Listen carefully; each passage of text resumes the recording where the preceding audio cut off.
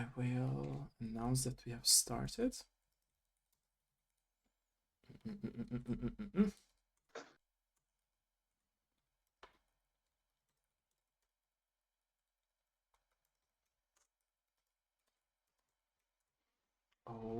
Okay.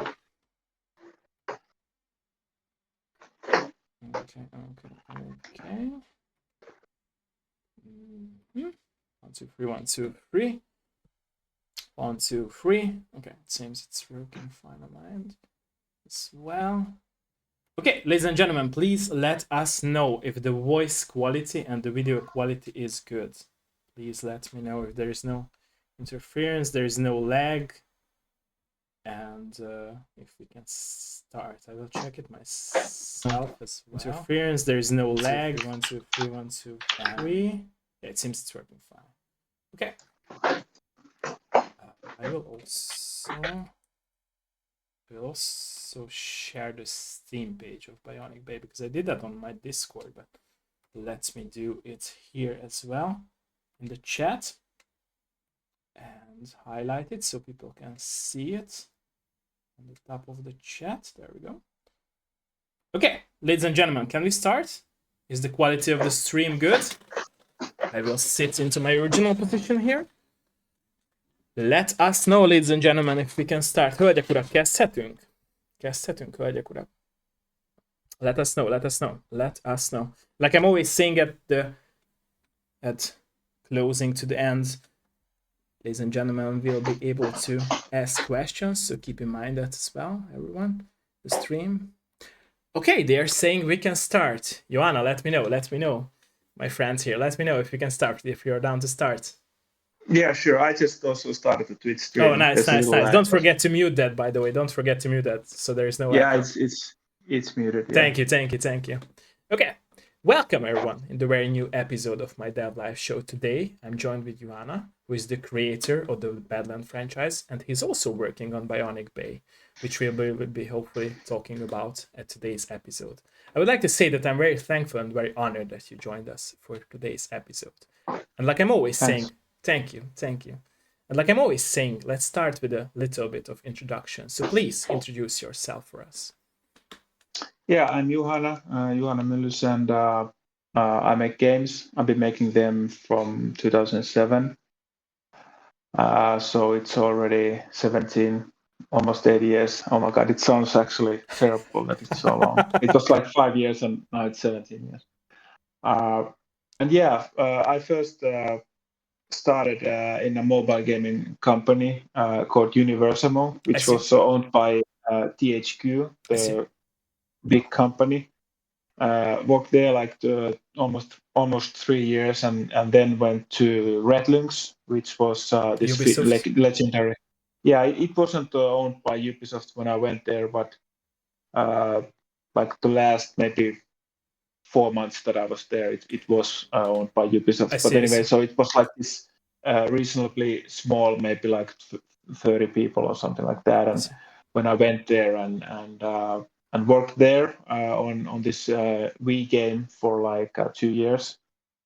And after that, found our own company, and we made Badlands 2, and then I left that company, and since 2019, almost like 5 years, I've been making Bionic Bay.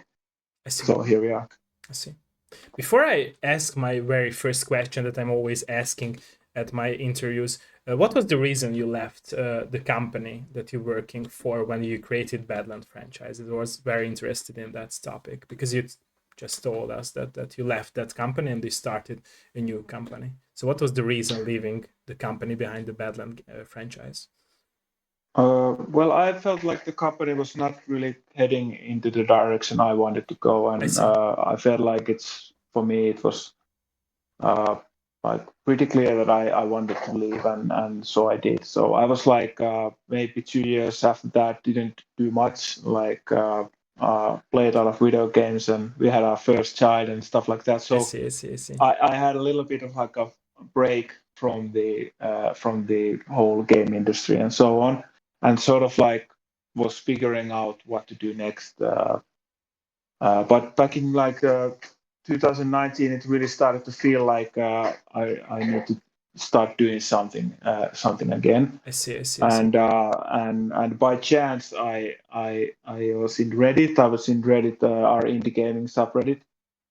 I noticed this pretty interesting game mechanic, which is the swap mechanic in Bionic Bay. There was this Taiwanese student who made the video, and it was about from his demo where he made this pretty interesting, like I don't think it was maybe a minute long video or something like that, but it showcased the swap mechanic. And at the same time, I was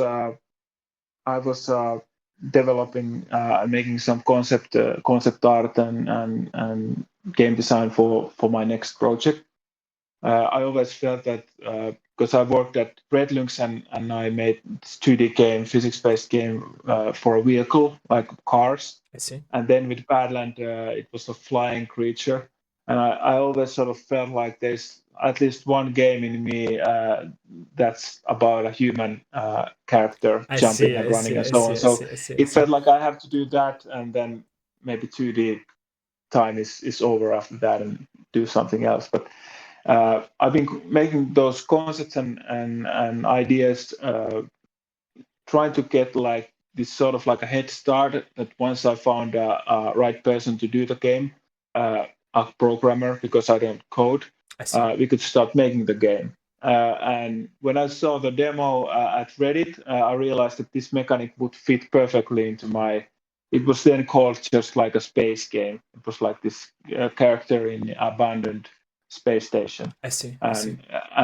But very much like Badland, like physics based and very visual and so on. So I've always felt like I'm always making like the game that I'm making is always like this school for my next game. So every time I do one game, I learn new stuff, and then the next game it's always a little bit better. It's like steps on the ladder, yeah, like little steps and yeah, I contacted him and we started making it in 2019, and we didn't really do the game like full time. He was still a student, and I didn't like I wasn't like 100% sure that this project will actually like go anywhere. So I a little bit like did it every time when I had an inspiration. I made some concept art and stuff like that. But I think it was in 2020 when we actually started doing it in a more serious manner. I see. Thank you, by the way, for your honesty about this topic. Thank you for that. So my very first question would be, what was your very first contact with video games as a player, if you remember those times of your past? Yeah, it has to be something with Commodore 64 in the 80s. I think, yeah, it was Commodore and then first Nintendo, Super Mario, stuff like that. And after that, Amiga, Game Boy, Super Nintendo, and I think those were like, they were like those moments of childhood when you first discover something cool and you just don't think about it too much. But I remember when PlayStation came in mid 90s, it was interesting because I always felt like I was in the mid 90s, I was 16, 17, something like that, and I always felt like, I mean, we used to play, every friend of mine used to play, and my neighbors, and we all played games. But then when people get older, like they're not 10 anymore, they're maybe like 15, it was considered maybe a little bit childish to play video games. True. But I never understood it, and it's easy to say now. I mean, when people, like everybody plays, but back then, and when you're like in your teens, it's something that you really need to, you start questioning about yourself in a way that maybe it is childish, and maybe I should go on and do something else. But I never figured out really what should I do then, and yeah, I still remember the day that I bought PlayStation 1, because it was a situation where I didn't have like any console or something like that in like a few years. And then I got PlayStation. There was Tomb Raider.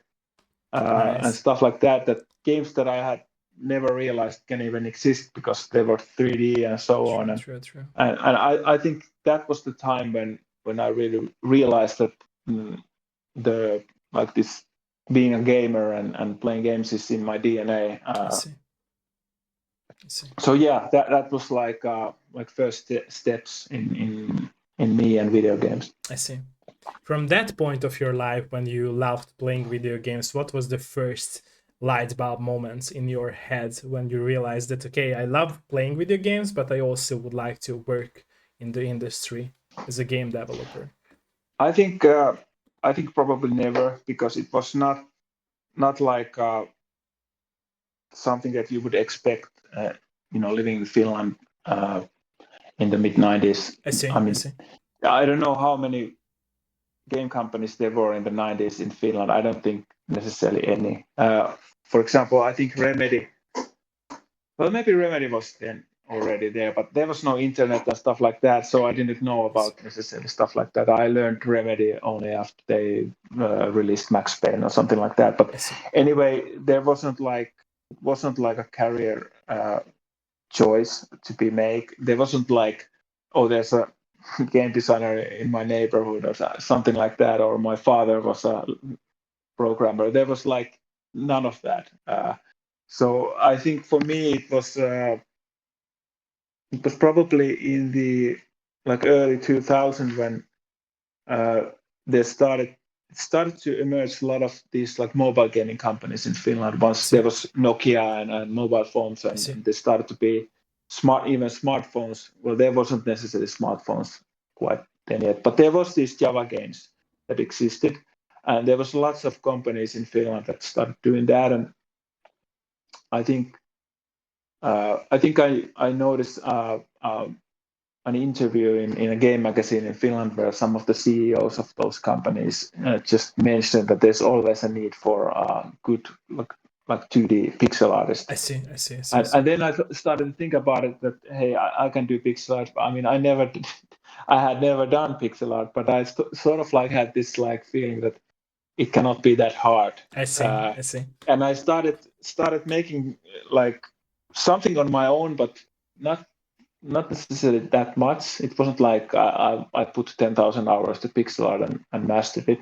I made some like tests and noticed that, oh, I'm actually bad at this, and then probably forget about it and didn't think about it too much. But then when I actually started seeing these ads that certain companies are looking for employees and specifically 2D artists, I applied to them, and they put me or several other people to do some test jobs. I see.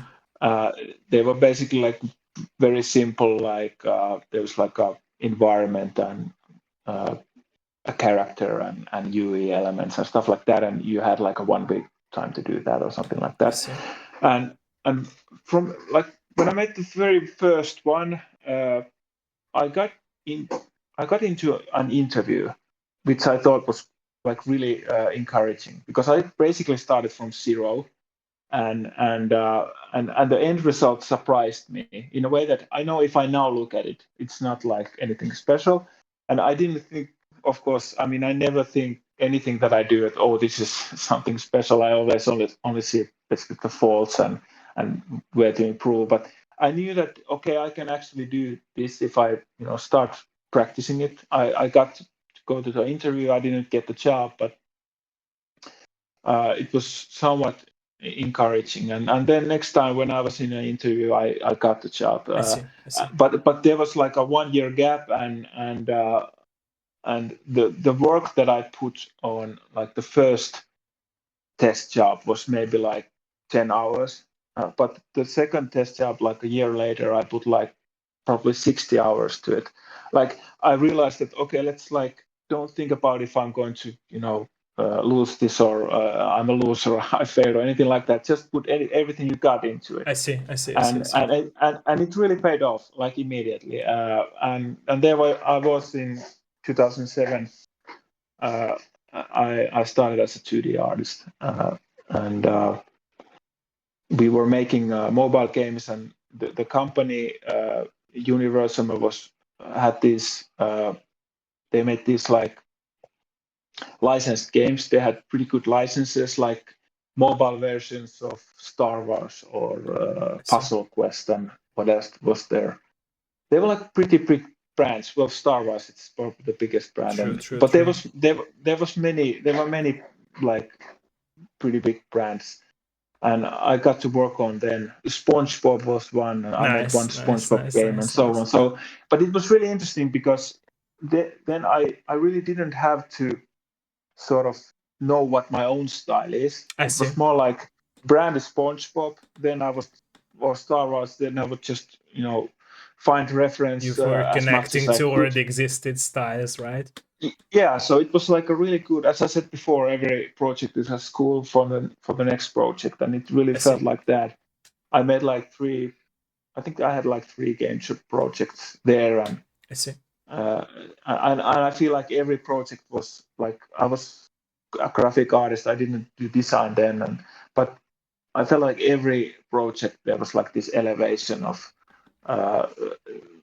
like this, basically what I expected for myself. And then when you become a little bit better, you try to achieve higher and higher.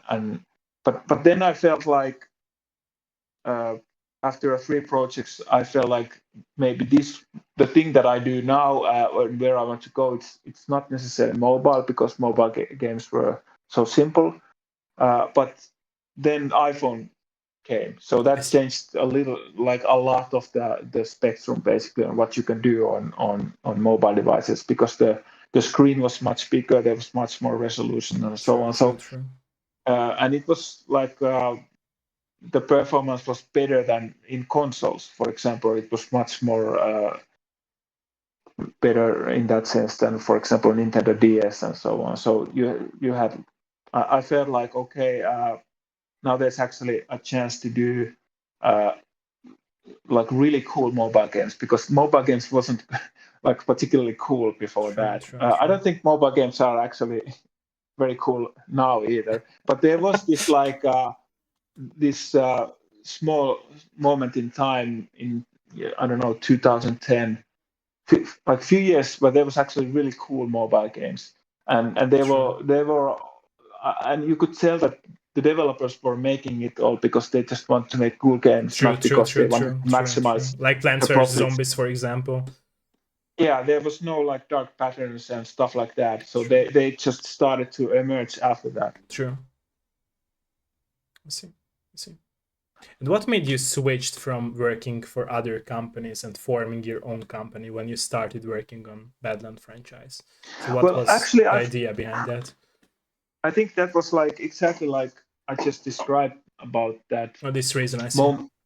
This moment in time where there was like, I felt like there was really this like sweet spot where you can just, 1 or 2 people can make a game. I see. And there wasn't really like indie mobile gaming stuff like that before that, and there was still the whole indie gaming thing was just like few years old. I think, I don't know when like those games like Braid or Super Meat Boy, and they came like 2008 or 7 or something like that. But then it was like this golden opportunity for being an indie on mobile. I see. And I remember there was in Universal, the company that I worked first, there was this CEO, and he had this like I don't know what to call it, but the basic idea how they should design games, and the idea was that we take like a proven concept and make it to something a little bit new. So let's not try to invent the wheel again. Let's take something that people already know, and I'm not saying reskin it, but just make it some way unique. Yeah. So I think that was the first idea that when we've been. I was working in Red Lynx for like 2 years, and also Ubisoft acquired Red Lynx, and I saw the shift there in a way that they were still making trials games, but they were also like making mobile games, and I think the project that I would have been there if I would have stayed there would have been some sort of like free to play mobile project, and I wasn't like very interested. I wasn't very keen working on that project, so it felt like really good time to leave there. But the idea for Badland became just, there was this very simple iOS game, the helicopter game, where helicopter is flying, and when you press the button, it goes up. Oh and yeah, then I know that. I know that. Yeah.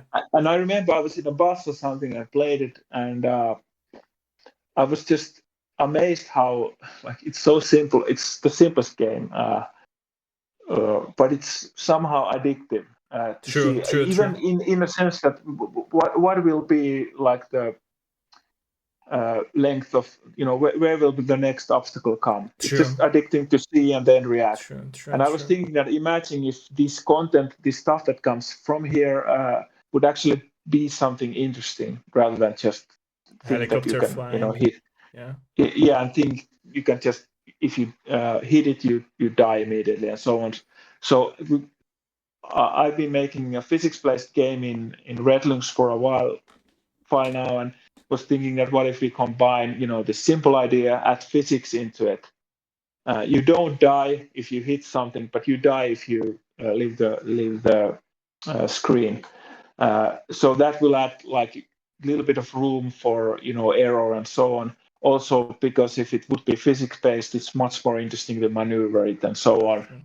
And then visually, I thought, well, there's only one way to go up from that helicopter game, because it was just like this black screen and no backgrounds or anything like that. And I had like tons of ideas how to make like interesting looking game, 2D game, because I've been working on the last 2 years on one. I see. So it was basically, once again, everything learned before, and then putting all on that Badland game.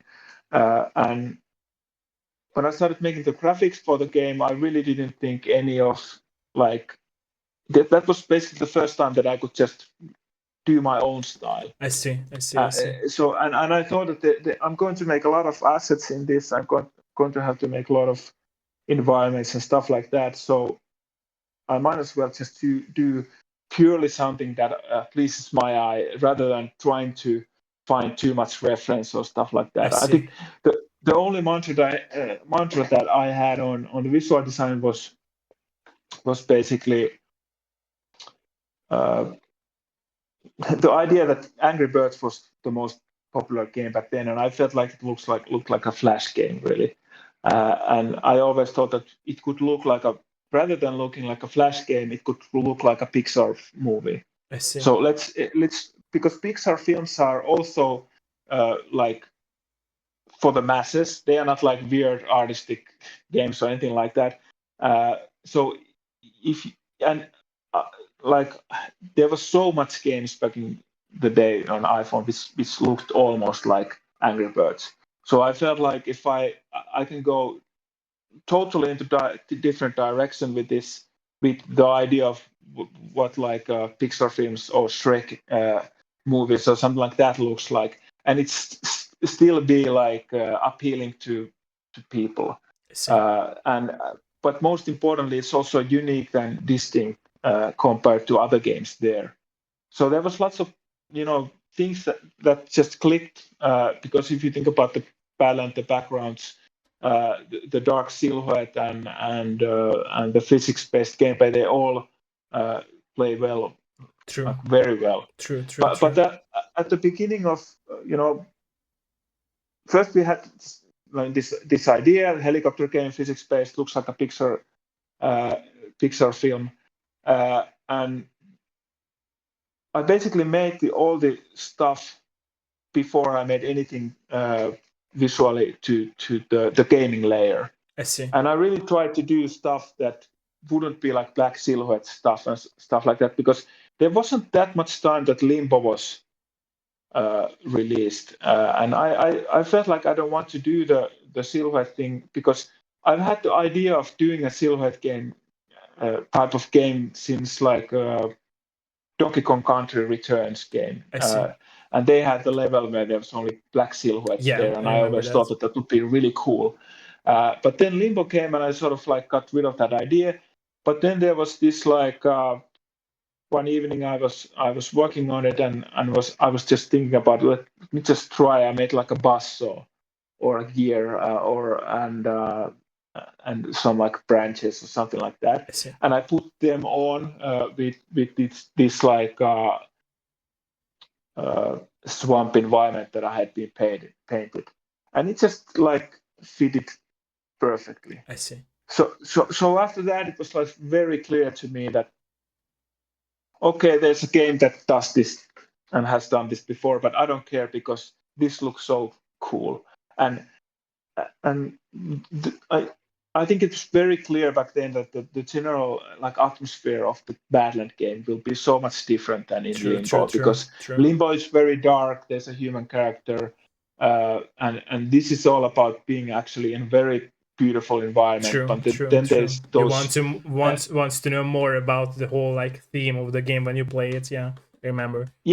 Yeah, and I always felt like there's always this like comical aspect into it, because there are those like cute creatures, and you just kill them violently, and you actually kind of enjoy it too, because it feels so good to survive, even though like 90 of those creatures died on a bus or exploded or something like that.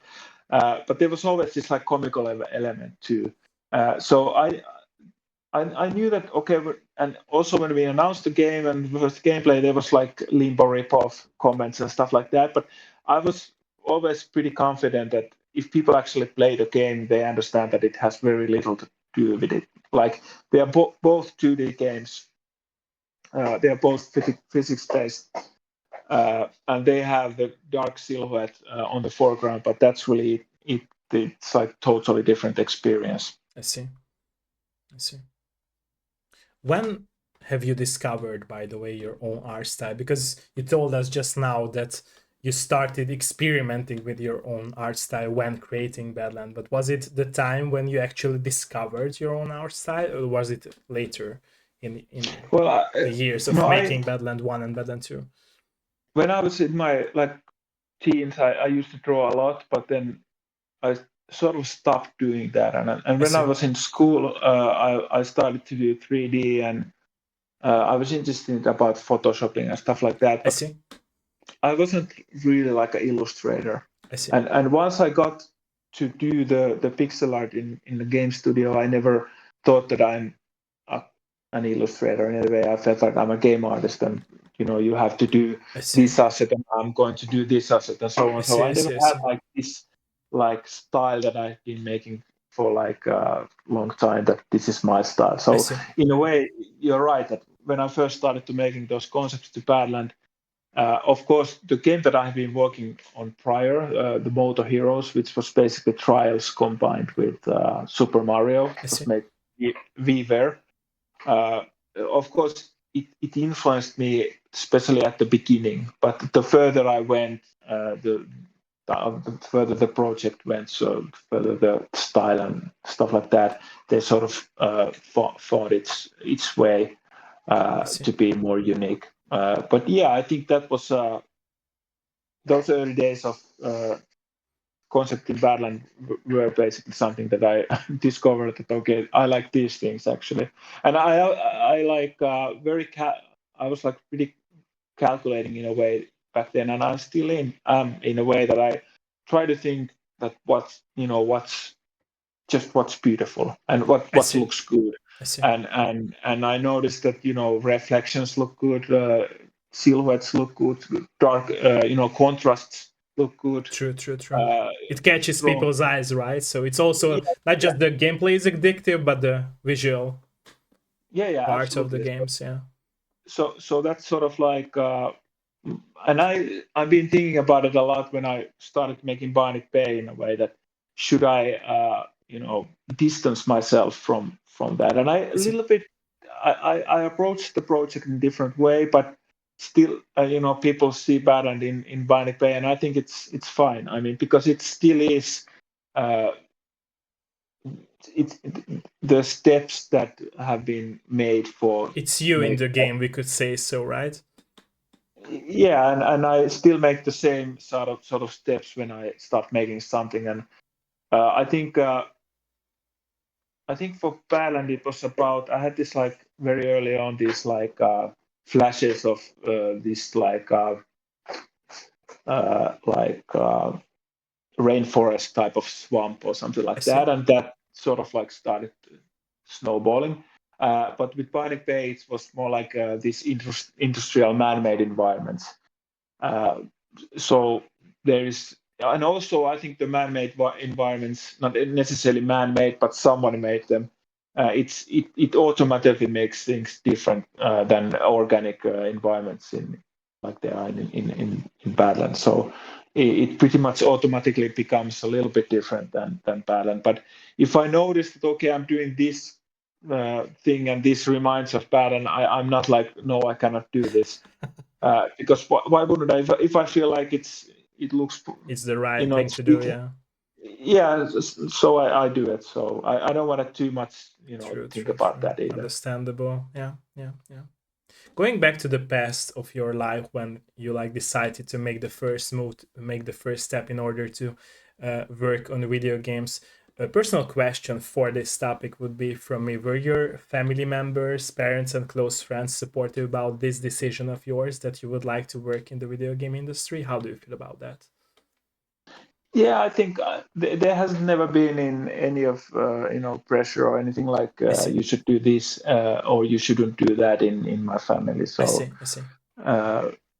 so yeah, I've been fortunate in a way that I could always just make my own decisions and never have to worry about if someone is judging I see. any of that. So no, it's actually this is the first time that I actually almost think about this because there hasn't been any of that. I see. Do you believe, by the way, that for you it is important to have a mentally supportive background, by the way, in your life in order to work on your projects, on your dreams, we could say so?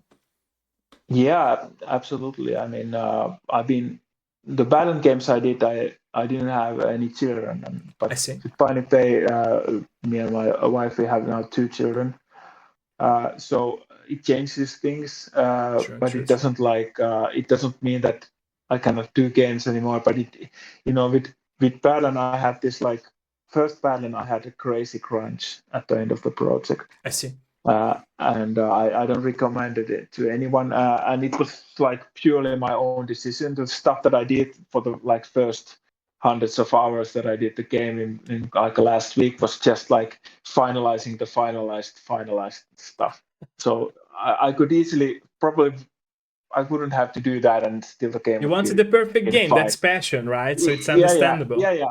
But I like these days I cannot do that. But I do 24-hour shifts. It's understandable. Yeah. You have But I family now, still so like but I still sometimes remember those like last hours of making battle and I had this like you miss those, right? 25. A bit. It was like a 24-hour shift before That's submission drops crazy. or something That's like that. crazy. And I remember when I did that, and I had lots of like I drank a lot of coffee and I had like lots of sweets and stuff like that I ate and I have only like really good memories about that night. I remember it was like outside there was like this snow blizzard and I was inside with and warm and so on. So it felt like very atmospheric and so on. But I still remember when actually the day came and I had to go to sleep. I was like I felt that I'm dead basically. So it wasn't like all that much fun, I but see. still I think it's good to go to limits also sometimes. And I'm happy that I went to limits then. No, I don't have to figure them out True. in my like right now True. or this project. Very true. So speaking about Badlands difficulty, were you always aiming for this hard and challenging difficulty? Because for me, when I played your games, Badland games, I loved that they are hard. But I know there are a lot of people raged on it, but they still loved it. Were you always like aiming for this hard and challenging difficulty with your games? Yeah, but the thing is, I probably shouldn't talk about this out loud, but the truth is that, and I realize that now because now we are in the state where we do No, it's not a bad playtesting. thing. Don't get me wrong. It's not a bad thing. Like I No, respect no, that. no. But hear me out. Okay, the We are now in testing the Bionic Bay with I see. the players, and before this project, before Bionic Bay, I said to our programmers that we do testing just like we did it in Badland. It's only about knowing if some spot is difficult. It's only thing that we need to do is we need to figure out how many restarts there are per checkpoint. And if there's like lots of restarts in a checkpoint, I make it easier, and that's it. Oh, I see. And that's the way we made Badland. And now that I think about it, I think it was actually pretty. I mean, it wasn't like the most professional thing to do, because now when I actually realized that when we're making Bionic Bay and I watch the streams where players play it, you learn so much by just watching them play. True. It's so much more than just seeing a stat that this checkpoint has 27 restarts average. Okay, I need to make it easier. It should, and I have to, I admit when we made Badland, we had the playtesting sessions, but I only watched the stats. Of course, I see. showed the game to people and watched sometimes when people play, but I feel, almost ashamed how little there was, proper playtesting like that, where I'm actually seeing someone playing it. I see. And it's it's probably just luck that it succeeded in the way that it did, but it turned out fine because I know a lot of people who enjoyed and got addicted because it was a hard and challenging game for them. It was my example as well because I loved the game itself because it was very challenging sometimes. So I was like retrying a level like for, I don't know, 100 times, and I still did it and I played it and I just sat there, for hours retrying to the whole same level, and it was addictive. It's also about the what type of challenge it actually is, because it can be challenging in a good way or in a bad way. And when it's challenging in a good way, it's good design, and in a bad way, it's bad design. It's unclear, stuff like that. And I think in a way, Baron was very easy game to design levels in the sense that it was only like a one-touch game. The controls were only up and down. True. And the camera was automatically moving. And I realized that when I started making Bionic Bay levels in like 4 years ago, I didn't realize that, because I never made games in a situation where camera doesn't follow you, and there are actually more controls. You can jump, and there's a swap mechanic, and mechanic that you can traverse to places, and most of all, the camera doesn't like move automatically, and if player doesn't know what to do, he just dies automatically. So it makes much more difficult to design levels in game like Bionic Bay or game like Super Mario, stuff like that, because you really have to take all into account. And there's so many things that players can do. There's like this paradox where you want players to try things, but also you need to prevent them doing something. They cannot to have do a everything. small limitation, right, in order them to figure it out. Yeah, so I think the challenge in Bionic Bay is to have the challenge in gameplay in a way that it's the good challenge, not the bad challenge. It's so much easier to make the bad challenge here compared to Badland. So I think that's why the way that the levels were tested back then actually still worked, because it was just simply easier to design levels in that gaming environment. I see. Throughout, by the way, for your personal projects, so Badland 1, Badland 2, and Bionic Bay, what was your favorite part or parts for the projects itself? Oh, I think for Badland, the favorite part was when the game was released and we had 40 levels. I see. There was the dawn, day, dusk, and night, and then we made like the day 2, and again like 10 levels, dawn 10 levels, and so on. So new 40 levels. So I got to do that basically the same game again, but with all the knowledge that I had. So I could basically, I had made so much trials and errors and stupid things when making the first game. So now knew I knew the mistakes I won't do this time. So I could enjoy the design process much more. It was more like it didn't even feel like work. It was so much fun. And again, when you started making Badland 2, there was new control scheme. You could go left and right, and you can go up and down and so on. So the first 6 months making levels was like not very fun because it was constant. I cannot do that, and I cannot. So basically, it's this trial and error segment of the project, which is not necessarily too much fun. And also with Bionic Page was the same thing. There was this, as I said before, when the camera is not moving and you have a character that can go anywhere and so on. So you suddenly start realizing that, there's actually so much more work making these levels than I even anticipated. So for me, I think in Badland, the day 2 was the funniest to do. With Badland 2, I think especially the end of the project was really fun because the time management was smarter then. I didn't have to do the crunching, and I could just enjoy making like the first game was like good, but now I can make it better and so on. So it was just enjoyable to do in that sense.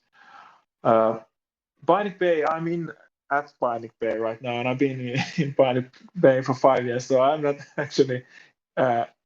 It's really difficult to say now which was the most fun part.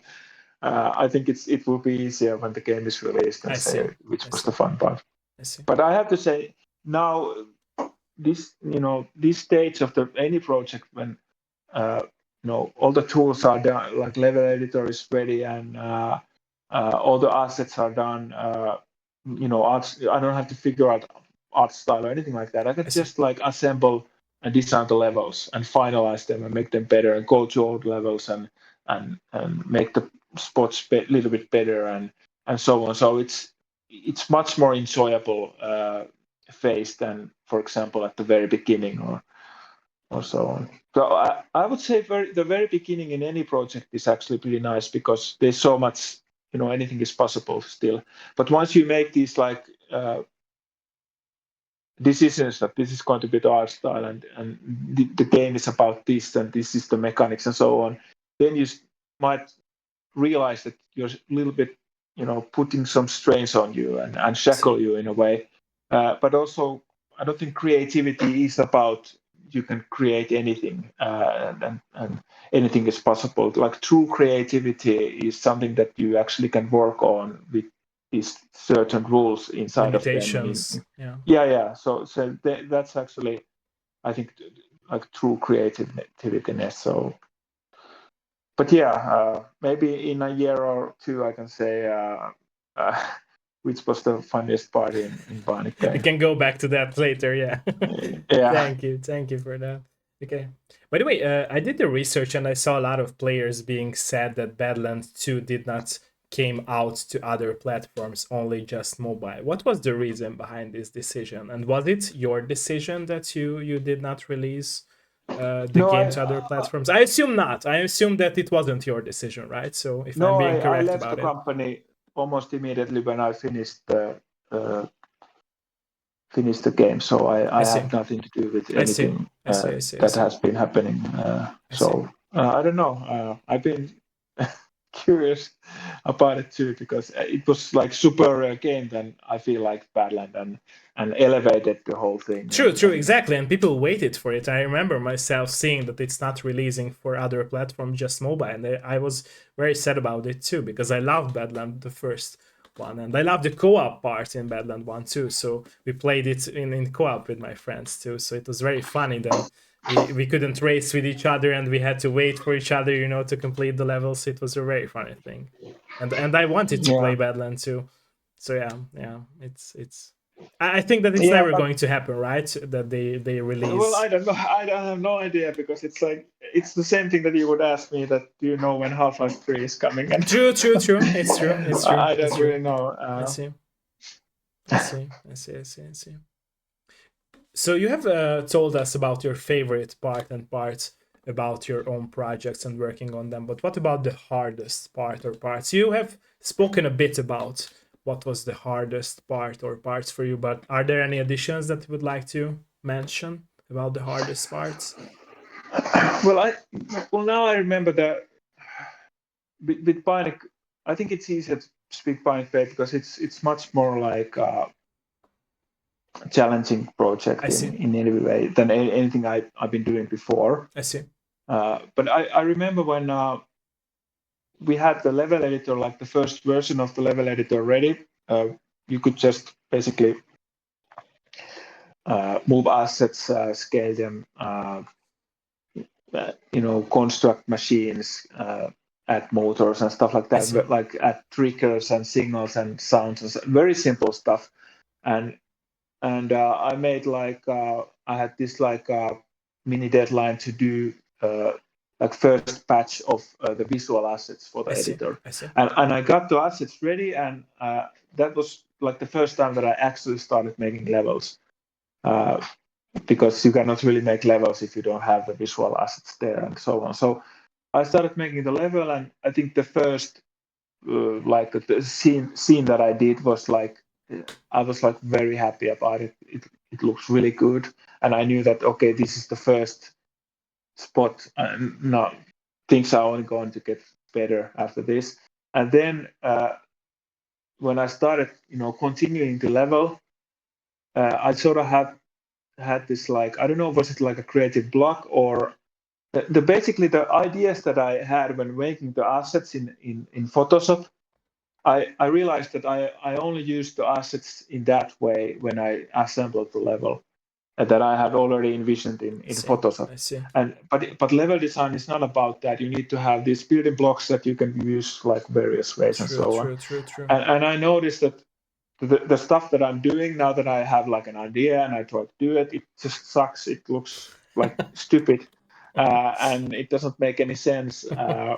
I should be getting better at this, and this looks awful, and this is the state of the game actually now. But it turned out it was very normal part of the process, where it's not a linear, you don't evolve it's the same thing that with drawing. Sometimes it's very easy to draw, everything comes naturally, or writing, but sometimes it's just for some reason the creativity doesn't go anywhere, and you just don't get ideas, and you don't want to force it, right, in order to make and even more mistakes. Really, true. And you don't even understand sometimes, ideas just come, and I never understand where the ideas come actually. I mean, you don't feel like it's something that you create. True. It's just something. It clicks, like you said, right? So it just clicks. Yeah, it's very. I don't know what happens in brains. Maybe nothing. Somebody's putting it there, right?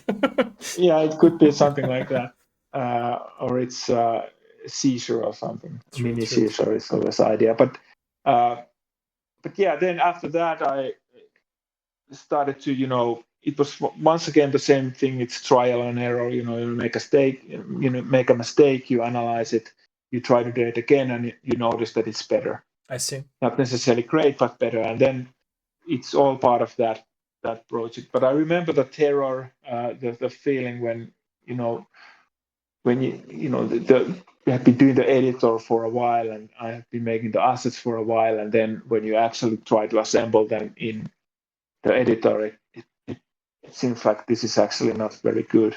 I see. And in that moment, you feel like this is the game, like this is the whole thing. But now I'm, maybe a little bit more experienced in a way that those days still happen, that you have an idea and you implemented it and it just doesn't work and it's silly. But now I can just relax and say it happens, because it's all part of the process, in a way that you need to find that, like, good ideas and good spots in the levels. You need to make those mistakes to order to find those, like, good ideas too. So it's not like making a mistake actually, or failing if you do something that doesn't instantly be what you're hoping for. True. And like you said before, that you can make those steps higher and higher with this knowledge of having all those mistakes, you learn from them. Yeah, I see.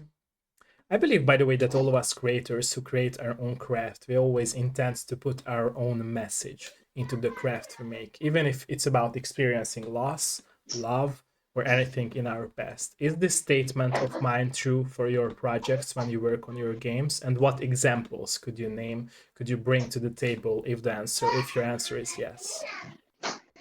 well, actually, I think it was my cousin who sometimes mentioned something like really deep, that Okay. when I make, like, because he obviously knew that I've been making Badland, and he mentioned something like about having some sort of, like, mind when you can create something like that. And the only thing that I think about then was that those, like, cute creatures that are thrown in the bus, so they get die in a horrible way, and then I enjoy it. So I really don't think there's, like, I mean, I think that if there's, like, I believe in, like, idealism in like, when making anything.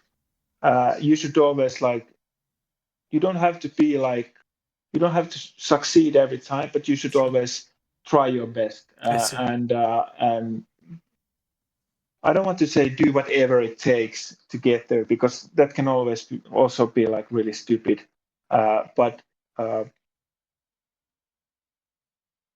for example, it doesn't matter really in what industry you work in. There's, like, in every industry there's this clash between basically it's about money and power, and then the idealism and creativity and stuff like that. And I think in every well, I don't know if there's, like, in drug industry or weapon industry there's, like, creativity and idealism, but for example in films or music or arts and games, there's always this clash between these two forces, and sometimes really good things come out of it.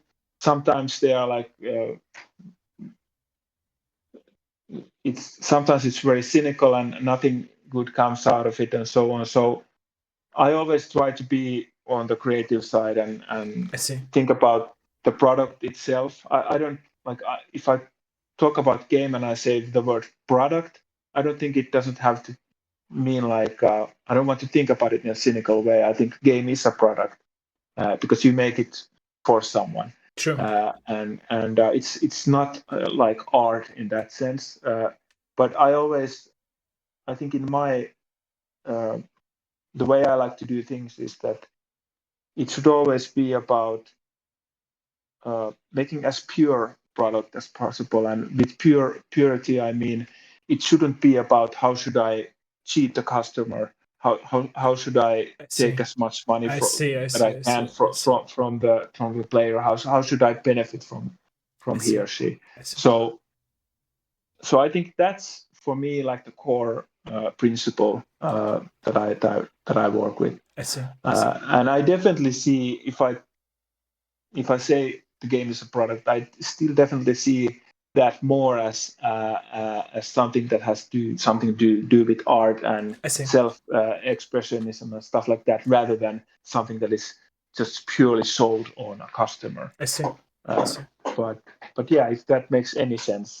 It does. Let me add you to this topic when you mentioned like the weapon industry, is that I believe that there is like creativity in that form as well, because I remember seeing a documentary about Kalashnikov when he made like the AK, and he wasn't expecting that it will be used for killing people. Like he was inventing it like a very creative person, right? And I think it's true for the most creators who created all these killing war machines, because there are so many documentaries. Like Oppenheimer. Yeah, exactly. Like they were just, in their mind, clicking every time and thinking about something very creative and, getting their knowledge out to the world. So I don't believe that they knew that they will have this ultimate power in their hands, within which other powers will be able to kill people. So yeah, there is creativity in every field, in my opinion. It's just like you said, it's very true. It's not how to say, it's not sure whether big power ships will use it for own goods or for really good reasons, right? So not killing people, but helping people evolve and to build a better society. But it's sad that it happens. But yeah. But you're actually right. I think when I said that there's no creativity or idealism in drug industry or weapon industry, I think I spoke.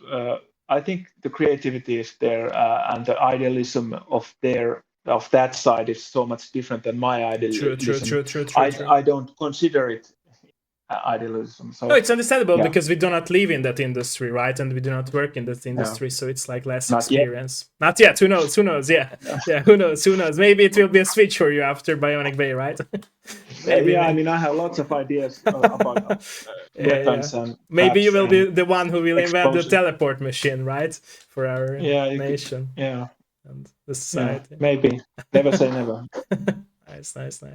So, by the way, how have you changed as a person in other territories of your own life from being a game developer for so many years, like you told us? What changes have been there, if there were any changes in your life in other territories of your own life? Yeah, I was just thinking about my hobbies and interests. They are exactly the same than when I was 15 years old. I see. So I don't know. I think once you come older, it's very easy to become more like cynical. I see. I think that's something that I'm hoping that I've learned more about. Trying to block that.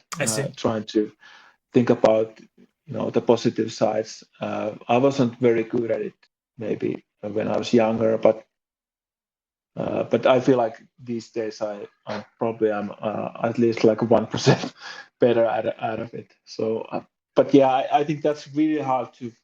You would need to ask from someone who knows me or something like that. I wouldn't like to, because I feel like every time you, for example, learn something, ultimately you learn that, oh, I've been stupid. I actually didn't know even this, and when you learn something new, you realize that there's so much more that you need to learn and so on. So, but like you said, it's not a problem, right? So it's an evolving process. It's a part of our human nature, right? So yeah, but that's why I cannot like say that I become like any more smarter than I was before. I see. Maybe being maybe knowing less is actually sometimes better. It's true. It's true. I agree with that. Yeah. But yeah, so very hard to say. Is there any other way? But I think that being less cynical is something I become. I'm hoping that I had become a little bit better at. I see. And how your perspective as a player changed from being a game developer, if you can talk about that as well. If there were, of course, any changes. Well, it has been changed. It's actually something that I just thought about, because you play less when you are actually making the game. That's for sure. And when you play the game, you sort of like design the game at the same time. You analyze the features, the visuals, try to come up with like better ways to do something. I see. And try to think about why something has been done that way, or in like if I just played the Half-Life 2, the 20th anniversary edition, and that you can just marvel how great design in any like perspective that game is. So sometimes it's just like sometimes you should like just enjoy it and not analyze too much about it. And I think if the game is really good, you actually do that, but not every game is like that. And but yeah, it has been changed in a way that I analyze the game more than actually experience the game. I see. What about, by the way, your future? You mentioned that you will launch Bionic Bay, but are you planning to work on other games as well in the future, or it's spoiler time and you don't want to talk about it, or you don't know yet? I don't actually know yet. I see. I have lots of ideas, but at the same time, it's I'm finalizing this game and been doing this for a few years now, so I don't want to do much, distract that. I see. It's understandable. That process yeah. and so on, and still, once the Bionic Bay is released, it's not like over after that. Hopefully, it will continue. Like some time after that, and the game will evolve and it will gain some players and so on. So I don't want to, that's one of the things that I've learned, that you shouldn't like too much think about ahead. I see. Just focus on what you're doing. And that's so another change answering my past question. Yeah, because you usually just stress things. You're not like fantasizing about future. True. It's very true. I can relate to that. Yeah. It's I just listened to this podcast about how the AI will evolve. I see. For next decades, and if you really think about it, it makes you feel like it's game over. It's Skynet for everyone. Yeah. Exactly. So it's better to just stay away from it. Yeah, we are here now in this moment. True. Let's enjoy that. True. How easy, by the way, or hard for you to leave your past projects behind and start working on your new projects? Well, I never had I've never had this like feeling that I would mourn because, as I said, everything is always left on the table in a way that I see. When I did Badland 1, I was exhausted. I had the crunch, and then the next year after release, I made the updates and stuff like that. I see. And I still remember that, like, it was like 6 months after Badland. I was thinking about the sequel that I have no idea about the sequel. I should have an idea, but I really don't have an idea about the sequel. And then just one day, like, I was alone at the office, and I made this one concept that what if it's like this? And once the concept was done, it took like 30 minutes. I realized that this is Badland 2. And after that, it was like it was very easy to come up with new ideas and stuff like that. So definitely, I didn't have like any. I didn't feel like I'm leaving Badland behind now. I see. For Badland, and I'm going to miss you. I was just like thrilled to start making the new one, and and after Badland 2, it was I make in 4 years 2 of those games. I really didn't feel like I'd like to do the third one in a row. I see. So back then it didn't feel like that at all. And I think with Bionic Bay it will be similar, because I've been working for it for so long time and now, and it's not, it's definitely, 4 to 5 years making one game. It's starting to be in its limits in a way that you don't necessarily feel that creative like every day, like you felt like at the beginning or in the middle of it or whatever. So I think, but there's always this, when you're at the like last stretch or like last third of any project, you're really into that project. You already know the art style, know the mechanics, and you already done level design for the game like hundreds of hours. So you're really into it. And I remember when I started making Bionic Bay, I thought I'm a good level designer because I make Battlefield 1 and Battlefield 2, and there was like more than 1,000 puzzles or traps or stuff like that. So I can be like this level design machine basically and just do level design.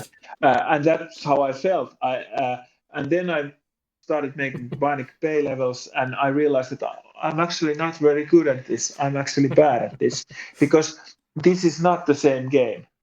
Because of course, if I use, I don't know how many hours I used on Battle games. Of course, it become better if you do it. Do something 10 hours every day. Like anybody becomes better and better at it. Yeah.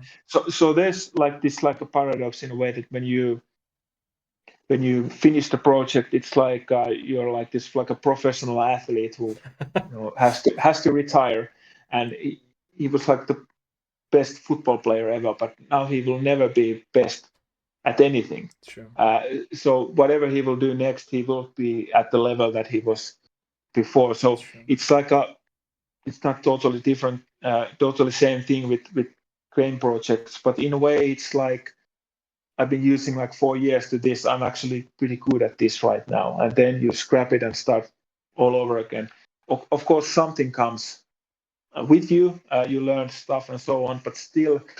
It's the same, different game, different art style, could be different mechanics, but it's a 3D, not 2D anymore, and stuff like that. So there will be this trial and error phase, and once you add it, you sort of think, have this feeling that I was so good at something at one point, but now I'm actually not that anymore. So you need to do that with every project.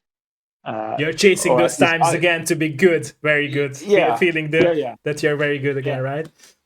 Yeah, so it's like. But it's like your games, right? It would totally make sense, the connection between your games and your mindset and feeling these things, right? Because from every level, when you go to the next level, you're chasing the end in order to be successful, feeling successful because you completed the level, right? It's the addictive feeling of the knowledge and having the knowledge in order to feel that you're good. Yeah, especially in Bionic Bay, where there's like much more of, each level has its like own mechanics and stuff. So it's more of that. I think Baden was more like showcasing a new mechanic, but not necessarily after the level is done, you still see a lot of that same mechanic. But with Bionic Bay, it's more like, it's not totally like that, but it's more like this is the theme in this level, and then when you go next level, it could be totally different technology and so on. So yeah, maybe there is some like parallels there. I see. By the way, would you go back to remake Badlands 2? Because we have spoken about this topic of Badlands 2 not being released on other platforms. Could it ever happen that you go back to Badlands 2 and re-release it like a remake or a remaster? Or you would never go back to that game? No, that's like I mean, it's almost 10 years ago, when little bit over 9 years ago, when Badlands 2 was released. No, that's it for me. I mean, and those games, they were like that part of my life back then, and I think it would be a sad idea if I ever go back there. I see.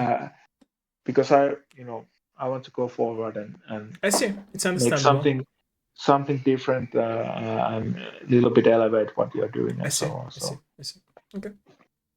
I'm, by the way, a huge fan of physical editions. Are you planning to release a physical edition of Bionic Bay, or there are no plans for it yet? Well, there are plans, but there's nothing like solid. But it's definitely on the table. Yeah. I see. Okay. My next question again would be a more personal question. Do you feel like from all those years, all those experiences, making all those games of your own and working for other companies as well in the video game industry, do you feel like you have found yourself in life? In a meaning of like you are at the right place, right time? Because like you said, you're always love to challenge yourself to evolve with your knowledge. But do you feel like now that you are making Bionic Bay, from all those experiences, now you are at the right No, place, I right don't time, think or that. you still have some I think journey ahead? I think I think you need to have this like constant feel of you're going Okay. into somewhere, Okay. because I mean I tried that, after Pattern 2 I had this like 2 or 3 years of not having a project, and I tried that, and I basically didn't have like any plans or something like that, and I see. I see. I realized that it caused me anxiety and stuff like that. I really didn't enjoy that much. So I I see. really think that people should have like a challenge, or some like destination or something that you try to get into, I see. become better at something, whatever it is. Uh, so I don't think there's not a project that I've worked with that I felt that okay, this is something I want to do for the next like 5 years or 10 years or I something see. like I that. see. I I see. always feel like I'm going to put everything I have into this and then something new. And I think it has been working pretty well in that. And I don't know if it's even possible to be in that state uh, in like creative industries where you sort of feel like I'm going to do this for the next rest of my life. I see. I'm just trying to think, like, of course, they're like music artists who make the same thing decades, uh, like all the time, and they don't really evolve necessarily nowhere. Yeah, in some way, in They're my opinion, every creative process has its core element, right? As we could say, yeah, as like an own style, and they are trying to evolve it, but the core style always will be there. Like you yeah, mentioned, but musicians, it's very true that they have a hit, and then that hit is evolving into their next musical projects, but the core like melodies will be always there. You can always hear out from those songs that the core melodies are always there.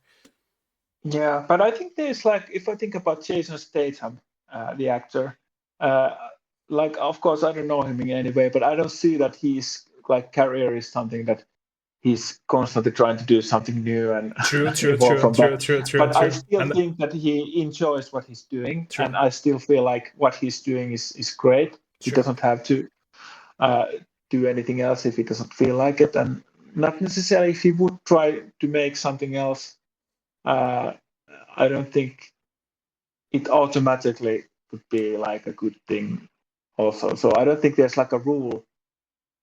Uh, I just I realized that I just said like 2 minutes ago that in creative arts you cannot be in that state. But then I realized, well, Jason Statham is probably in that state. Again, I don't obviously know him in any way, and but that's just something that occurred to me that when I started actually thinking about this, that you could actually be happy and be in the moment, and not too much think about true, true, true, evolving true, into something true. and so on. But I guess my because the thing is, at the same time, what I do, what I have been doing for the past over 10 years is basically uh, physics-based 2D stuff. So it's easy to say that I am basically doing the same thing I see, I all the see, time. I see. But also, I personally don't feel it that way, because I feel like it's constantly uh, difficult, and the reason why it is difficult is that I try to evolve in that True, true, and true, try to do true, new things, true, and find new ways to make that 2D game interesting. true. uh, but at the same time, I do have the feeling constantly that I have to go somewhere, that I'm not like uh, professionally at home currently. I I see, constantly have to like look forward. I see, I see. Thank you, by the way, for speaking with honesty about all of those topics. Before I, by the way, ask some more questions, are you down to go into questions from my chat as well? Yeah, sure. Are Thank there you, any? thank you, thank you, thank you, thank you. Let us know, ladies and gentlemen. Let us know if there is any question. Let us know. Hölgyek, urak, bármilyen kérdés? Any questions? Any questions? Any questions? Mini is asking a question in Hungarian. I will translate it for you. How hard do you feel your games are? Because we all know that most platformer games are or can be hard. How hard do you feel like your games are as a player? Okay, so here's Chris. Okay. And here is Cuphead. Okay. I think my games are somewhere where my nose is. Okay. Maybe like that. So that's the best. That's a good example. I love that. Because the thing is, there's so, and Lord, I know it because I've been watching all these game testers. There is so much variety in like the skill level of the players. True. And also in a way that some are really good at puzzles, but not that good in like action, and some are really good at action and bad at puzzle. So I cannot like make that exact spot. Really. True.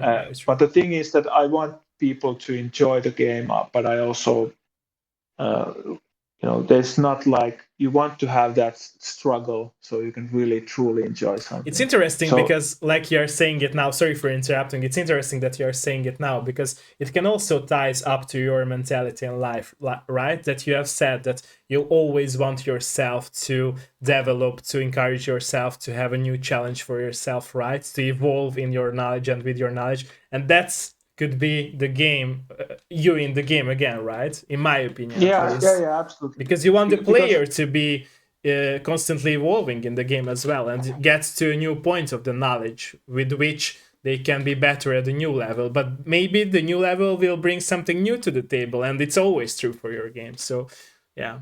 I just realized it now that you have spoken about this. Yeah, they are all connected. Yeah, true.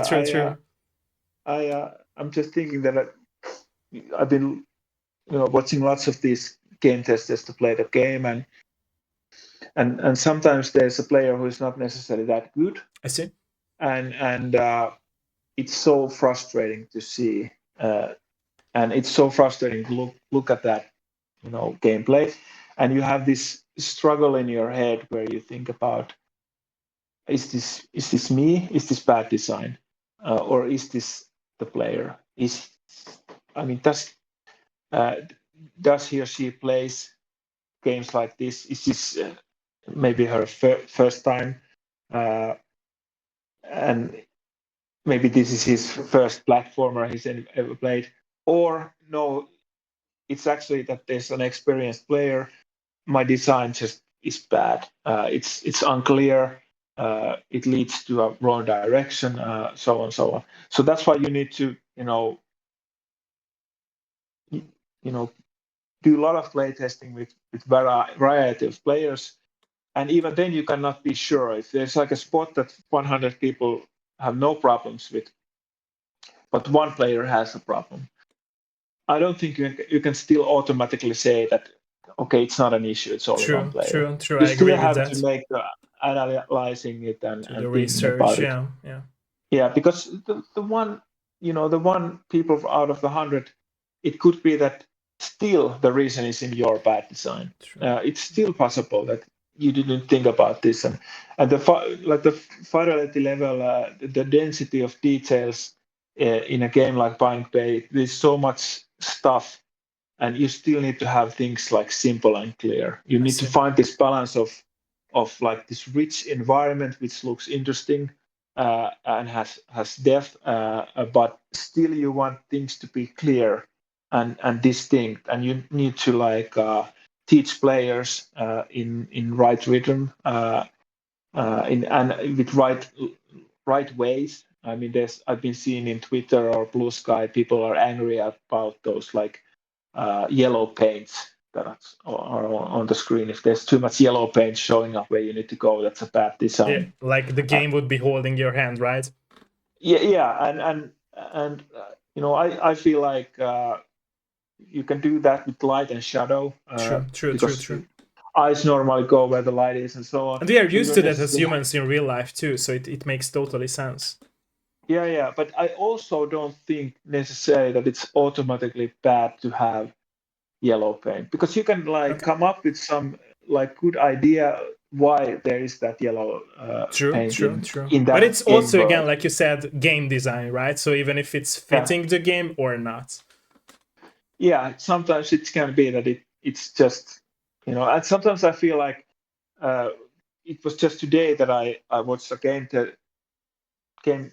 playtester, and I was wondering how do I fix this, and my first idea was that I make a tutorial, and then I realized that yeah, sure, like tell him what to do. But it's the same rules than in writing, that don't tell, show. Uh, True. you need to like find these subtle clues, but also you need to place uh, place different types of like challenges in an order where it feels logical, that you start from something simple, then make it a little bit more True. difficult, and then you can make it actually an interesting spot, because you have True. already teach these things to a player. True. Because that's basically I think the most frustrating thing is that you come up with something really cool and interesting and not necessarily super simple, but no one understands it. And then you can think about, oh, maybe I just simplify this spot. But the better way is to think about why they don't understand it, and then trying to subtly teach those things prior to that spot. And I then when see. they come to that spot, they just automatically somehow know what to do. I see. I see. How do you Did back? I did I answer did Yeah, I answer you the did. question? You did. You did. You did. Thank you for that, and thank you for the question and answer as well to that question. Thank you. How, speaking of this topic, how do you balance, by the way, having your vision and having the difficulty in your games, but still somehow listening to the players? Yeah, like you talked about it. Like, how do you balance those two? Well, yeah, as I said before, those balance times, I didn't like respect too much about playtesting. It was, for me, it was just that they playtesters just need to play the game, I see. and then I watched the stats about Yeah, checkpoints. you mentioned that. Yeah, yeah, yeah, yeah. Yeah, so that was like I think that was, yeah, maybe that was right way for that game Yeah, to because work. Not like I for said as well, it turned out because good, it was a right? And hit. people enjoyed the game. So Yeah. So maybe I shouldn't worry about it too much, but yeah, I think.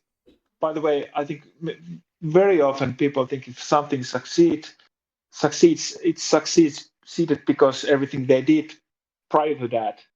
But sometimes things succeed even though you did something really stupid. So it's not always everything that you do prior to success. I see. You should just uh, make those same things again and again. And this is like a perfect example of the playtesting thing. That But I wouldn't say it's stupid. Like, it's just like you might be naive. You might have been naive to that point of like how to, like, keep the difficulty and still listen to the players, right? And you yeah, want I it think good for the project. It's understandable. You have the passion, and yeah, so it's not that but you were stupid. I wouldn't say that. It's no, not stupid. I use use stupid word often when I talked about myself, you're getting but cynical again, it's right? Like you said. no, but it's easier to it's easier to laugh your own I stupidity got rather you. I than got you. I got you. laugh about your success. I mean, think about it. True. Uh, True. but True. but yeah, the thing is that, and I said this also, prior when we started playtesting, I said that those playtesters are not game designers in a way that they don't have like, we cannot design the game itself uh, based on their like input. True. True. It's But very true. It's very true. Yeah. also I think about it now, it a little bit more differently in the way that I do level design on my own on this room, uh, and everything that I need to come up with just has to I need to come up with. But I realized the first times that I actually looked when someone played the game, I realized that there's someone who actually is now helping me. Because their actions actually tell me exactly what I need to do on I those see. specific I spots. see. I So see. in that way, in that way, through gameplay, the playtester is a designer. It's just not. It's not a designer who makes design and makes design choices, but you need to understand as a like game designer that playtester is actually like everything that he does helps you. True. And in that sense, she's basically participating in that game design process. True. To add to this topic, by the way, I would say that it also like it's more helpful, I guess, when they have the knowledge about those games like yours, right? Like the same genre or the same difficulty setting games, because I believe if it would be a newcomer to the genre or to games like yours, they might not have the same knowledge about how they could help you, right? And what would be good for your project. Because if you would sacrifice the difficulty for those players who are very newcomers and who are very starters in these games, these kind of games, and they are very like, we could say bad at even couldn't complete the first level, I would say that it would be a sacrifice for them to like change the difficulty, and it wouldn't make sense, right? Because it wouldn't be the same game, it wouldn't be you in the game, right? So yeah, but that is the challenge. yeah, Where do exactly, you like that's sort what I of like wanted to say. draw the line? True. Where you say that it's okay, it needs to be stopped, right? Yeah, but there are things like I use a lot of checkpoints. For example, I don't like the idea that you need to. It's the same thing with every game that I've done. I don't like that you make players run the same spots over again. I see. So there are lots of checkpoints in Bionic Base. So that's something that helps everybody, no matter how skillful you are. True. But I think it sort of like measures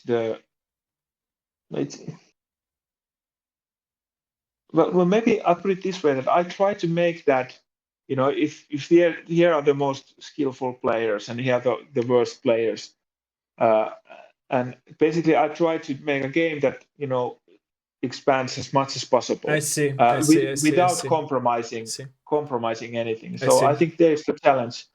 So I cannot really say that I like. Of course, I like the good players more. It's understandable, right? You want to see players succeed. But I don't like the idea that if you're not necessarily played these games a lot and you don't have necessarily that good reflexes.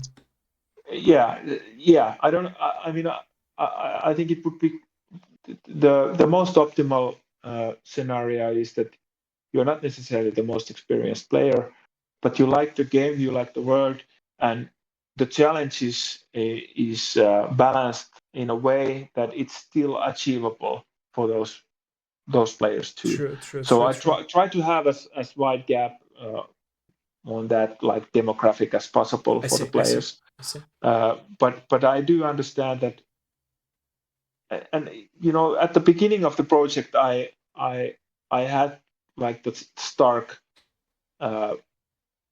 opinion, as you also say, that you shouldn't sacrifice the game because of these players. But now I try to think about it more like a whole, and I feel like I'd rather have it little less difficult than too difficult, because you lose much more players because of if it's too difficult rather than but I can like assure that the game still doesn't lack like challenge. It's not going to be a problem. And also we have the online mode coming, which is where you actually try to beat other people. So there's like an ultimate like a goal for more competitive players that they will never lack challenge there. I see. It's a very interesting topic, right? Because if you think of like sports and who invented exact kind of sports like football or basketball, they might never have been thinking about this challenge, right? In order to have all people try out, right? And whether they succeed or not, for example, in football or in basketball, they wouldn't sacrificing the difficulty of learning phases, right? So it's very interesting that in other forms of like media or art, like in video games, you have to constantly think about it when you create something, right? So it's that's actually interesting when you think about football, which is like has the ultimate skill. Yeah, exactly. Ceiling, and if that would be, if you needed to make a, well, they have been making video games about football, but if you really think about it, that how much does it take, like a child to start uh, actually learning football? True. But they will learn it through play, playing True. with the True. friends True. and so on, sort of like automatically, and it's also a social experience and so True. on. So it's very different, but also it is, how would you make a game where you would need to basically teach players something so difficult than controlling a ball? I don't know. I'm good that I'm happy that I don't have to figure that out, but we still have some obstacles that we need to tackle in, like, at the beginning of the game, how to I see. teach players certain things.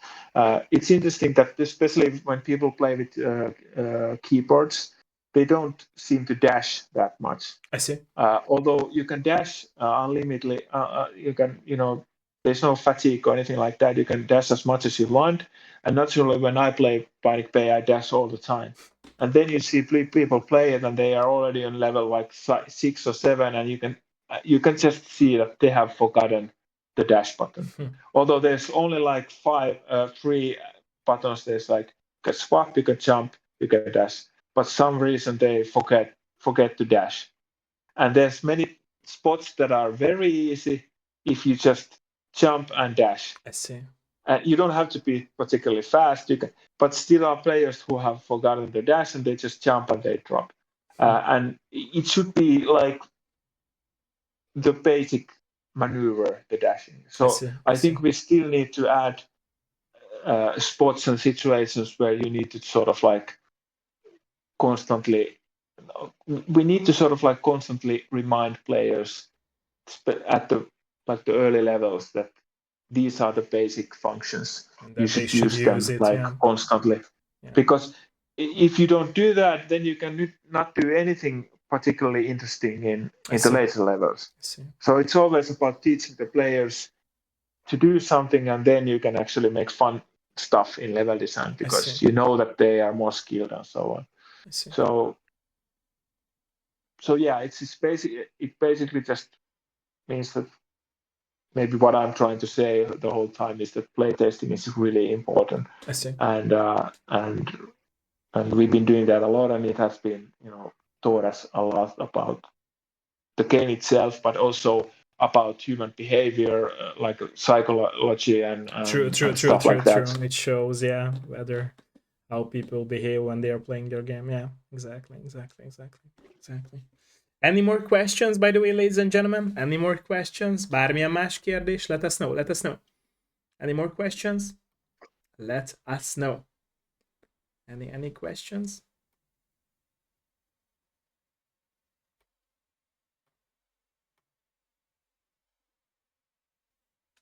We touched here, by the way, a lot of topics. Is there anything that you would like to add to the whole conversations before I will ask some closing questions? Is there anything that you would like to talk about that you might not have touched and you would like to speak about? I think we have covered like a lot. I feel like I've been talking like... No, I love that, and I appreciate your honesty. It really means a lot to me. Yeah. It really means a lot to me that you were honest about all the topics we talked about. Thank you for that. Jason Statham hates me, but you were honest about it. That's what matters, right? I like Jason Statham. Every time there's a new Jason Statham movie, I'm in. I've had Jason Statham marathons when I watched all his movies. Love that. Who knows? Maybe you will venture or go to the movie industry next, right? After releasing Bionic Bay. Who knows? You will be the next of him, right? Who knows? That's lunacy. Yeah. Actually, I would like to make a film one day. But oh, nice. Okay. I'm only a film buff, so it's a very distant dream. But I see. So it's another hobby of yours and passion. There's a Bionic Bay movie, then maybe I could be like a consultant. Nice, to nice, nice, nice, nice. Love that idea. Christopher Nolan or whoever directs it. Nice, nice, nice, nice. I will be on the lookout for that. Nice, nice, nice. Okay. Yeah. From all of those experiences, by the way, in your bag now, working for other companies in the video game industry and working for or on your own projects, what would be your advice and thoughts for those who would like to work in this industry, even Well, if they are starting out or even if they are in the middle of their projects? I don't know. I'm probably the worst person because I haven't really followed much of the rules, and I just done things that feels good, not about thinking too much about. It's not a problem, in my opinion, right? Well, I don't know if it's a problem, but I it don't has think been so. I like don't think so. because I don't have like a reference. If I try to think about a colleague that does like pretty much the same thing that I do, I don't know anyone I like see. who does that. Because if I would be like a programmer and I would be like a server programmer, I would probably find dozens of people in Finland that are also in that field, and I could I see. talk about stuff like.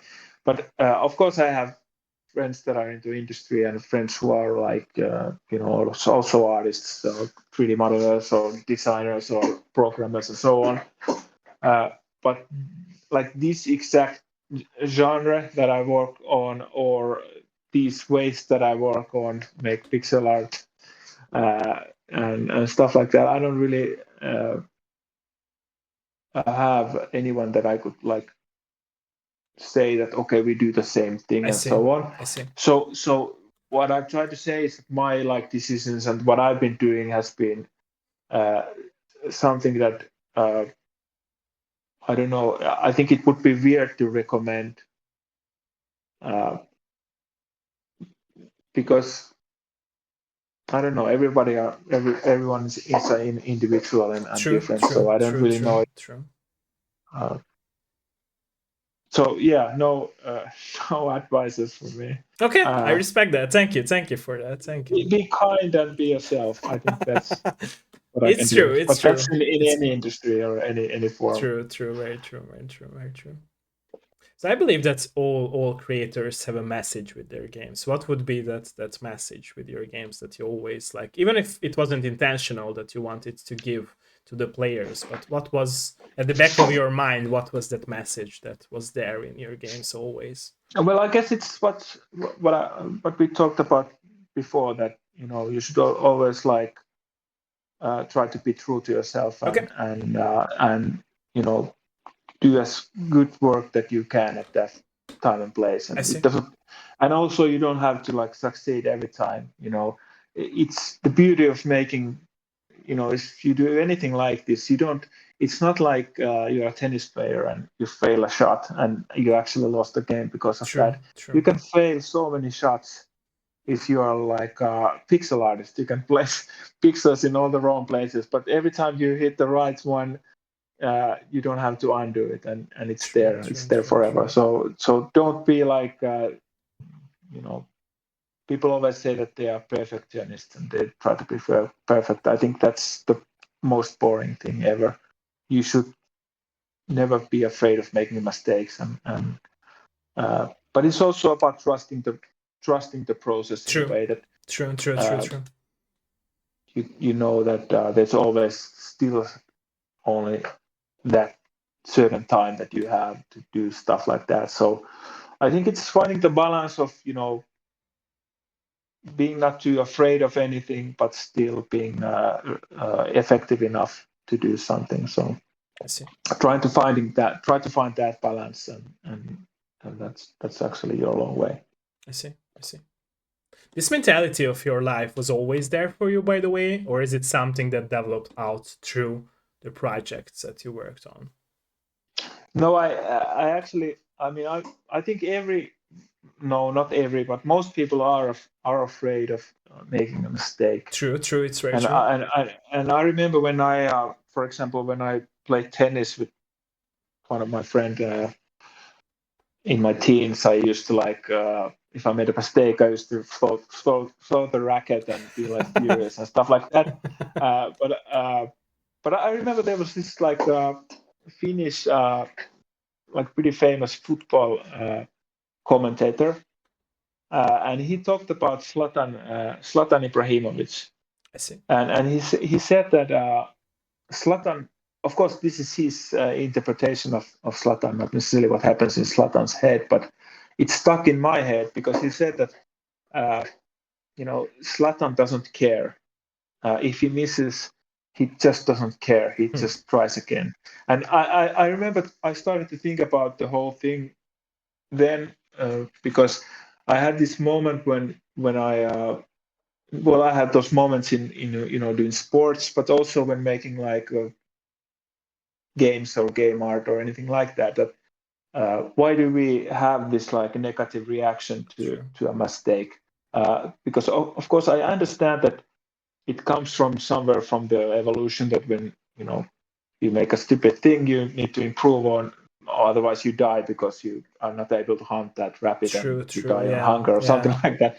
But we should be smarter. We should just analyze it and without the negative feeling and negative emotions, and just overcome it quickly.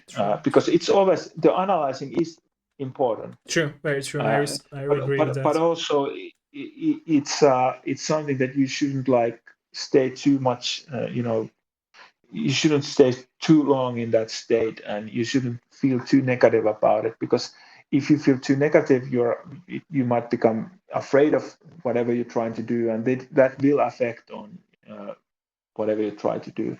True. So yeah, that's I think that's the key in anything that you try to do, that keep the positive mentality and don't go into that negative loop that why did I fail or anything like that, and keep that loose feel that sometimes you fail, sometimes you don't, but the thing is that whatever, every once in a while when you succeed, you take that and you put that into that game and so on. True.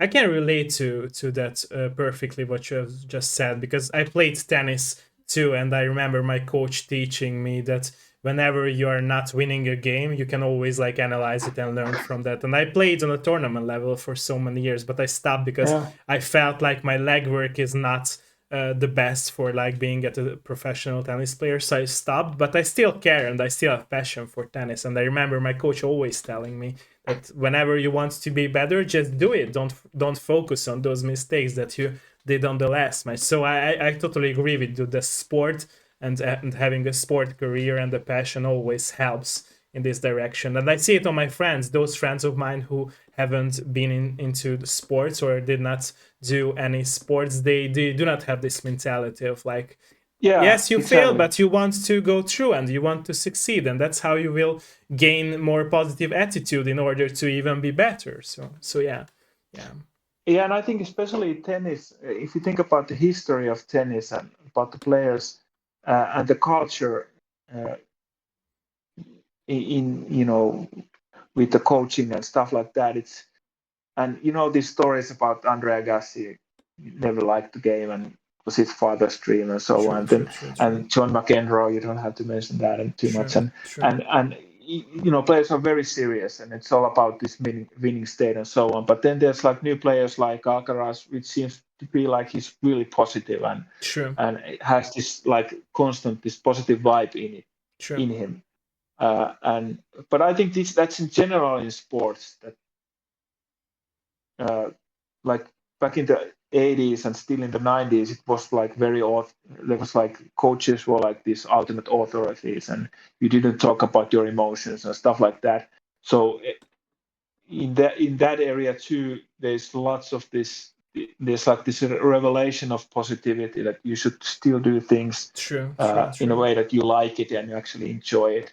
And there's less of that you need to suffer for in order to become better and so on. And I think you could become the best player in any sports probably with the both ways. But how would you like to actually live your life? It's always up to you. Yeah, exactly. Exactly. And like you said, these coaches were like mentors to people, right? I can tell from my experience that my coach was always like a father figure and a mentor in my life as well, whenever I trained with him. So it was a very important, like, sequence in my life, and still is. So it's like, that's why I always say to my friends and to everyone in my community that they should do sports. They should do sports because it's important. It really teaches you to be competitive with yourself, within yourself. So yeah, that's actually something that I agree and I've been thinking about a lot, and it's exactly that mentality of, and I noticed that same thing with some of my friends who hasn't like done sports, that they are afraid of trying, true. afraid of the failure, Yeah, and because they constantly and think what will happen if they will do that, right? And they constantly think about all the mistakes that could happen if they make the first step in order to grow. yeah, and I think I've noticed it's not just in game development, also in sports, but mistakes can be really funny too, and True. people don't talk about it too much. True. The many of the funniest things are mistakes. Yeah, exactly. And you shouldn't, like, of course, if you're like in Wimbledon and you have like a championship point and you screw it, and it's probably not funny then. True. If there's like a banana and you slip on it, it's still not funny. I don't know how that's possible. No, it is possible. It is but possible, yeah. Unlikely that would happen. But especially when I do levels, I constantly do something like foolish, and sometimes happens that I play the spot that I've been doing, and then I make a mistake, and stupid thing happens, and the character ragdolls, and then I realize, like, almost immediately, that okay, how can I make this happen always? And that's a perfect example of mistake is actually turned into a feature or something positive. True. Yeah, because you do not feel vulnerable because of your mistakes, but you try to alleviate them and evolve them into something creative and positive. And that's what people are also afraid of, like, to be vulnerable, because they feel like everyone would laugh at them or like say negative things about them. Although I think honesty in these cases are important too, because at the first place you're honest with yourself, not to others, just to others. So yeah. Yes. Thank you, by the way. Thank you for everything that we have spoken about in this interview. And like I said, I really appreciate your honesty. It really means a lot to me. So thank you. And thank you for the question as well from the chat. Thank you for that and the answer to that question as well. Like I said, I will need some more minutes of stream, but for those who are watching us at today's episode of my Dev Live show, thanks for joining us. Be on the lookout for Bionic Bay, wishlist the game, and be on the lookout for the release. And thank you, by the way, for joining us for today's episode. For those who are watching us, like I said before, thank you again for being here with us. Have fun watching back the VOD on Twitch and on YouTube at a later date, and have a great day or evening depending where you live. Thanks, everyone. Bye-bye. Bye. Bye-bye.